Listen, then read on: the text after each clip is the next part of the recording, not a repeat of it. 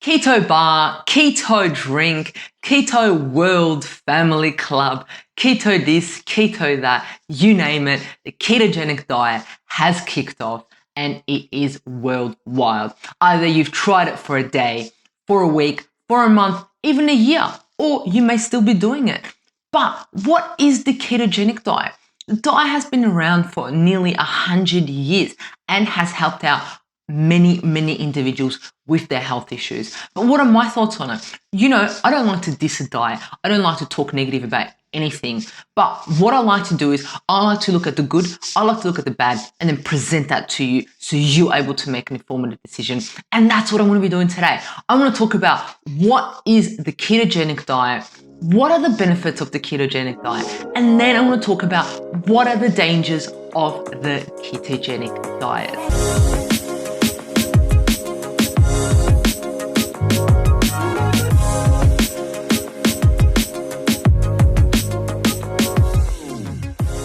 It's Mondays with Mihaela. That's right, me. Thank you so much for tuning in. I love, and appreciate your support. Keep it coming. If any of you haven't heard me before, I'm a qualified naturopath and I'm passionate all things health, business, and overall success.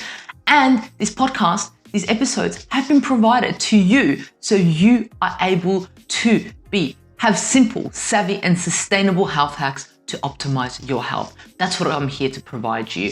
And today's topic, I'm going to be talking about the ketogenic diet. Let's get into it. To start off with, we kind of need to know, what is the ketogenic diet? Well, to put it simple, the ketogenic diet primarily consists of high fats, moderate protein, and low carbohydrates. So this is when we're looking at what we're eating every day, what's on our plate. So most of it is fat. So the dietary macronutrients, because it's mainly looking at the macronutrients, it's not really looking at the micronutrients, and that in itself is an issue, but I'm going to get into it later. So what it's looking at, approximately 55 to 60% of your daily intake is fat, and 30 to 35% is protein, and then the rest, which makes up 5 to 10%, is carbohydrates. So it is a low carbohydrate diet, but it's also a low protein diet. So specifically in a 2,000 calorie diet, you're looking at having about maybe 20, 30, 40, maybe even 50 carbohydrates, which is really low. So the history and the origin of the carbohydrate diet, of the ketogenic diet is, so Russell Wilter first used the ketogenic diet to treat epilepsy in 1921, which is nearly 100 years ago. So he used the ketogenic diet to treat epilepsy. He also coined the term ketogenic diet. So he's the one that came up with this ketogenic diet. So like I said to you, this phase, this craze is not new. It is old. We see that we take things from history and then bring it up again. And this is the same that's happened with the ketogenic diet. So for almost a decade, the ketogenic diet enjoyed a place in the medical world as a therapeutic diet, right? So for about 10 years or so, they actually used it. So doctors actually used this diet as a therapeutic diet for epilepsy, and was widely used until its popularity ceased with the introduction of anti-epileptic drugs. So this diet was used before anti-epileptic drugs were the hype, and then these drugs came around, the anti-epileptic drugs, and then the ketogenic diet died down. So not many doctors used it anymore. So to understand, let's go into a little bit of the biochemistry about the ketogenic diet, how it works and what it does in our body. So basically, carbohydrates are the primary source of energy production in our body tissue. So when the body is deprived of carbohydrates, so when you're eating a low carbohydrate diet, what happens is insulin secretion is significantly reduced. Our insulin levels go significantly down because our carbohydrate intake go down. Our body goes into a catabolic state. Okay, so glycogen stores deplete, forcing the body to go through certain metabolic changes. The two metabolic changes, the process that come into action when carbohydrates are low, are 1, glucogenesis, and 2, ketogenesis. So glucogenesis is the endogenous production of glucose in the body. So if there's no glucose in the body, your body makes it, and that is gluconeogenesis. So especially in the liver, primary from lactic acid, glycerol,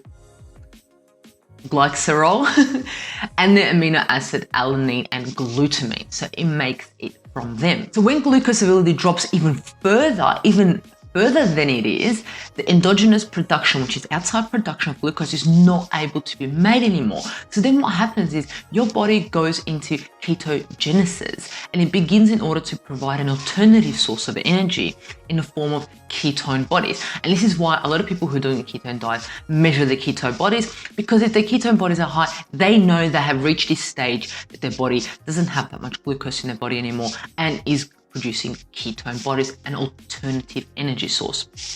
These ketone bodies replace glucose as the primary source of energy. So during ketogenesis, due to the low blood glucose feedback, stimulus for insulin secretion is also low. So you can see kind of how that may benefit epilepsy and how that may benefit diabetes, but I'll talk about that later. So this sharply reduces the stimulus of fat and glucose storage. So we're unable to store as much fat and glucose, and this is why a lot of people are also using it for weight loss. As long as the body is deprived of carbohydrates, so if we keep our carbohydrates low, metabolism remains in the keto state. The nutritional ketosis state is considered quite safe, according to literature, as ketone bodies are produced in small concentrations without any alterations in the blood pH. It generally differs from, you might have heard of ketoacidosis, and that is actually a life-threatening condition where ketone bodies are produced in extremely large concentrations. Keto diet is not meant to do that. Not saying it can't do that, it's not made to do that. So a well-formulated ketogenic diet, besides limiting carbohydrates, you also are limiting your protein intake, which is where a lot of people go wrong. So a lot of people just put up the protein intake and just reduce carbohydrates. But the key in ketogenic diet is the high fat, low carb, low protein. So it says here people on a ketogenic diet initially experience a rapid weight loss up to about 5 kilos in just 2 weeks or less. So an exciting thing I want to talk about now is the benefits of the ketogenic diet, because there are definitely benefits to it. The first one that I'm going to mention about, which is about 100 years old, is seizure in children, so epilepsy-like symptoms. We have solid evidence showing that ketogenic diet reduces seizure in children, sometimes as effectively as medication. Let me say that again. Sometimes as effectively as medication. Ketogenic diet doesn't really have that many side effects compared to these medications that some children are on. Because of these neuroprotective effects, questions have been raised about the possible effects of brain disorders such as Parkinson's, Alzheimer's, MS, sleep disorders, autism, and even brain cancer. So they're questioning, can a ketogenic diet be used for these things? However, there are no current human studies to support recommending ketosis or ketogenic diet to treat these conditions. All we have evidence for at the moment is epilepsy-like symptoms in children. The other one that everyone who's on a ketogenic diet for is going to tell you about is weight loss. So weight loss is a primary reason my patients use ketogenic diet, or people that I talk to use the ketogenic diet. So previous research shows good evidence of a faster weight loss when patients go on a ketogenic diet or a low carb diet compared to participants on a more traditional low fat diet, or even a Mediterranean diet. However, the difference in weight loss seems to disappear over time. And that is the key, is that the difference in weight loss seems to disappear over time. So it is helping us lose weight dramatically, or lose weight in the first few weeks, but then over time, that doesn't equate to it. So another one that I want to talk about is diabetes. As I mentioned earlier, in regards to the insulin, we can see why and how the ketogenic diet may be beneficial in patients who have diabetes. The ketogenic diet can help you lose excess fat, as mentioned earlier, which is closely linked to type 2 diabetes, prediabetes, and metabolic syndrome. One study found that the ketogenic diet helped improve insulin by whooping 75%. That is huge. 75%. So we can see how the ketogenic diet here can help out individuals who have diabetes or are more likely to get diabetes. The other one I want to talk about is more energy. A lot of patients, a lot of individuals who have done the ketogenic diet talk about having this pure energy rush, having that high energy and just being focused and focused and focused. And we know running a business, that is key. We need to have the energy and we need to have the focus. And this is where the ketone produces more ATP in comparison to glucose. And that is huge. And this allows the body to maintain an effective fuel production even in calorie deficit. This is what a study found, that it produces a lot more ATP, a lot more energy that we can use compared to glucose. These are the benefits of the ketogenic diet. Another one is heart disease. So the ketogenic diet can improve the risk factors like body fat, HDL cholesterol levels, blood pressure, and even blood sugar linked to diabetes and insulin that I spoke about earlier. Evidence from this systematic review demonstrates that low carbohydrates and low protein diets, which is a ketogenic diet, are more effective at 6 months and are as effective, if not more, as a low fat diet in reducing weight and cardiovascular risk up to a year. So if you're on a ketogenic diet and you may, if you may have heart issues or diabetes or a bit overweight or need more energy, the ketogenic diet may be a solution for you. So in regards to keep talking about heart disease, is that low carbohydrate diet has shown to have favorable effects on body weight and major cardiovascular risk factors. However, the effects of long-term health are unknown. And this is what one of the studies found. And this is the key, and leads me up to my next segue of the dangers of the ketogenic diet. Let's talk about the dangers of the ketogenic diet. On a keto diet, you may be eating meat, fish, butter, eggs, cheese, nuts, seeds, avocado. They love their avocados, high-fat avocados. So let's look into what the ketogenic diet, what the dangers can be. So the short-term effects up to 2 years of the ketogenic diet are well reported. There's a number of studies and some of them that I've talked about and mentioned. However, the long-term health implications are not well known and are limited in scientific literature, and we don't know what effects it has long-term. And this is talking about more than 2 years being on a ketogenic diet.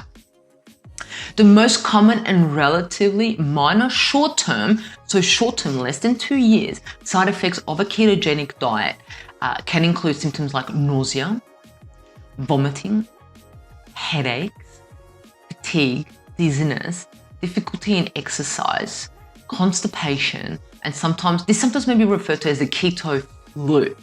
These symptoms are resolved usually in days or in a few weeks. So ensuring an adequate fluid intake, electrolytes, and so forth can counteract some of these symptoms. And this is what one of these studies is talking about. However, long-term effects include hepatic steatosis, hypoproteinemia, kidney stones, and vitamin and mineral deficiencies, which is what I want to talk about now. Another thing that I wanted to mention about is contraindications. Who should not be doing the ketogenic diet? The ketogenic diet is contradicted in many patients with pancreatitis, liver failure, disorders of fat metabolism, primary carnitine deficiency, carnitine palmitoyltransferase deficiency, carnitine transcose deficiency, porphyrias, and purate kinase deficiency. So this is talking about energy production mainly. So these are the things that are contraindicated. If you have any of those, keto diet should not even be considered. Another interesting fact that I wanted to put in there is, well, the dangers of the ketogenic diet is driving. Why driving? Well, I don't know about you guys, but here in Australia, there's a lot of police out there and we get breath tested on a regular basis. Now, the issue of the ketogenic diet is that you may blow a false positive. Did you know that? I thought I'd chuck in that interesting note in there, loving my biochemistry. So due to ketonemia, acetone in the body can sometimes be reduced. And so what can happen, it can give a false negative in the alcohol test. So if you're on a keto diet and the police officer goes, have you been drinking? No, I'm on a keto diet. It actually may make sense, and there is research for that. But yeah, let's look into more of the dangers of the ketogenic diet. A huge one that I wanted to talk about is constipation. You know, even the people who are not on a ketogenic diet are constipated. So if you're already constipated, going on a keto diet may not be the right thing for you because it can cause further constipation. And this is due to the low fiber intake. So many of us are low in fiber. We underestimate what fiber does to us. I did a video on fiber. I love fiber, and you need more fiber in your life. Another one that I want to talk about, which is key, and I'm going to go into detail on a number of the nutrients, is nutrient deficiency. If you're not eating a wide variety of vegetables, fruits, grains, you may be at risk of a deficiency in micronutrients. As we need to know, the keto diet is just looking at macronutrients. These include selenium, magnesium, phosphorus, vitamin B, C, and so forth. And this is from Harvard Health. But the key one, so I'm going to name a few deficiencies and I'm going to go into detail about them and back them up for you. Sodium, salt, yes, salt. The ketogenic diet has a diuretic effect, which means it makes you pee it all out. That's what the diet does. Remove those toxins. And that's why a lot of people actually lose a lot of weight in the first week or two. Fluid retention. But yes, so talking about sodium, due to the elimination of carbohydrates, this means that once you begin to enter ketosis, your body sheds water along with essential electrolytes such as sodium. Sodium is important in controlling blood pressure, retaining normal levels of water in your body, and absorbing micronutrients. Some symptoms that people may get in low sodium are headaches, extreme fatigue, inability to perform strenuous activities. Doesn't that sound like the keto flu? I don't know about you, but to me, it sounds like the keto flu. Another one is potassium. As you lose sodium from your body, you also start getting rid of potassium, another electrolyte, which is key for functioning in your body. Being deficient in potassium can lead to constipation. Another symptom of keto diet. Irritability, physical weakness, loss in muscle mass, and skin problems. An extreme potassium deficiency can lead to an irregular heartbeat and in case of some heart failures. That's what happens when you have low potassium. Another one that you may be low in if you are on a ketogenic diet is magnesium, because magnesium is mainly found in veggies. And what are you doing? You're reducing your veggie intake, aren't you? You're reducing your veggie intake at a ketogenic diet. Magnesium is responsible for more than 300 enzyme productions, enzyme pathways, cofactors, and so forth. It is key in our body.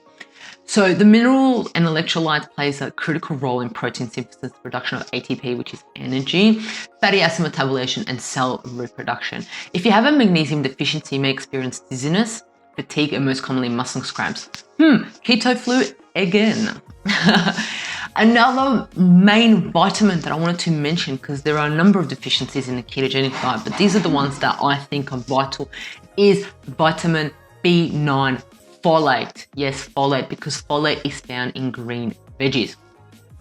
Folate is necessary for life to occur.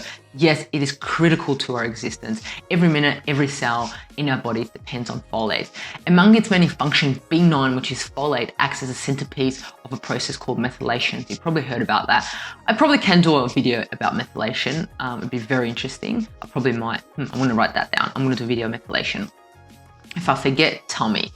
So what also folate is responsible is gene expression, mood control, and cravings. So in a 2018 retrospective study of 11,000 pregnant women who delivered over a 13-year period, and that's not one person, that's 11,000 people, it was concluded that mothers who were on a restricted carbohydrate diet, the ketogenic diet, were 20% more likely to have a fetus with a neural tube defect. The reason concluded that this means a mean dietary intake of folic acid among women with restricted carbohydrate intake was less than half of that of other women. So if you decrease your folate and you're pregnant, there are many issues, a lot of issues. And I'm talking about folate, not folic acid. Let's not get the two confused. And if I do, well, I'm going to do a video about methylation. I'm going to talk about difference about folate, folic acid, and so forth. But since keto diet restricts carbohydrates to an absolute minimum, and many plants have carbohydrates, it's easy to see how avoidance of leafy greens, folate, for the purpose of avoiding carbohydrates and maintaining ketosis can result in a gradual depletion of folate, B9. Another one that I want to talk about is biotin, also known as vitamin B7. So this deficiency is usually associated with symptoms such as thinning hair, dry skin, scaly rashes, brittle nails, conjunctivitis, depression, fatigue, numbness, and tingling in the arms and legs. So biotin is naturally found in keto-friendly foods such as liver, eggs, meat, salmon, avocados, and cauliflower. Well, cauliflower depends if you eat it, but avocados, guys love your avocados. However, biotin is used up extensively. So yes, you may be eating those foods that have biotin in it. However, biotin is used extensively in the processing of fatty acids while on the keto diet. In an animal study, biotin deficiency developed at 7 weeks in mice fed a strict ketogenic diet. The typical manifestation of biotin deficiency include hair loss and dermatitis, so inflammation of the skin, rashes developed. So for this reason, the author of this study suggested that individuals going on a ketogenic diet need to consider supplementing with vitamin B7, biotin. So yes, you may be getting it in the foods that we mentioned, like you might be eating your salmon, meat, and so forth, but you are using so much of it. So a lot of people go, oh, well, I'm on a ketogenic diet. I'm getting all of these nutrients and minerals. But you need to look at the biochemistry. What do you need to break down fat? What do you need to break down and support the ketogenic diet? Because you are going through that like crazy. So you need to supplement in some instances. Another one that I want to talk about is selenium, a versatile and crucial trace mineral. Selenium plays a role in the body and it acts as an antioxidant, neutralizing damaging free radicals. So we love selenium because it's like the best thing ever. It boosts immunity, ensures normal thyroid function, stimulates blood flowing, and protects against heart disease, among other factors. So selenium is found in keto-friendly foods such as Brazilian nuts, mushrooms, oysters, tuna, liver, and meat. Even though it's abundant in this food, selenium deficiency is actually a well-known complication of a long-term ketogenic diet. And the study that I looked at 110 children with epilepsy who were put on a ketogenic diet for more than 12 months, and they showed a low level of selenium. So there you have that. So these are some of the minerals and vitamins that you may be deficient in if you go and try a ketogenic diet. So the conclusion that I have for you is a ketogenic diet may be followed for a minimum of 2 to 3 weeks and up to 6 to 12 months. Close monitoring of your renal, your kidney function while on a ketogenic diet is key. It is absolutely key. And the transition from a ketogenic diet to a standard diet needs to be gradual and controlled. So while in the short term, the ketogenic diet may help one lose weight, it's not sustained over the long run, which studies have shown. In addition to countless studies showing that the diet is associated with many complications that I've spoken to you about that often lead to emergency room visits and admissions of dehydration, electrolyte disturbance, and hypoglycemia. So there you have it. That is my input on the ketogenic diet, my input on the benefits of the ketogenic diet, and also the dangers of the ketogenic diet. I want to know, have you tried the ketogenic diet? Did you have success? Did you have failure? Let me know in the comments below, or contact me on Instagram at mihaela.raguz. That's at mihaela.raguz. Contact me on Instagram and let me know your story of ketogenic diet. I would absolutely love to know. But share this video, it's free. Feel free to share this video with someone that has tried a ketogenic diet or is on one at the moment, so they are made aware of the dangers but also of the benefits. Love, like, share. Love you, and until next Monday, love you.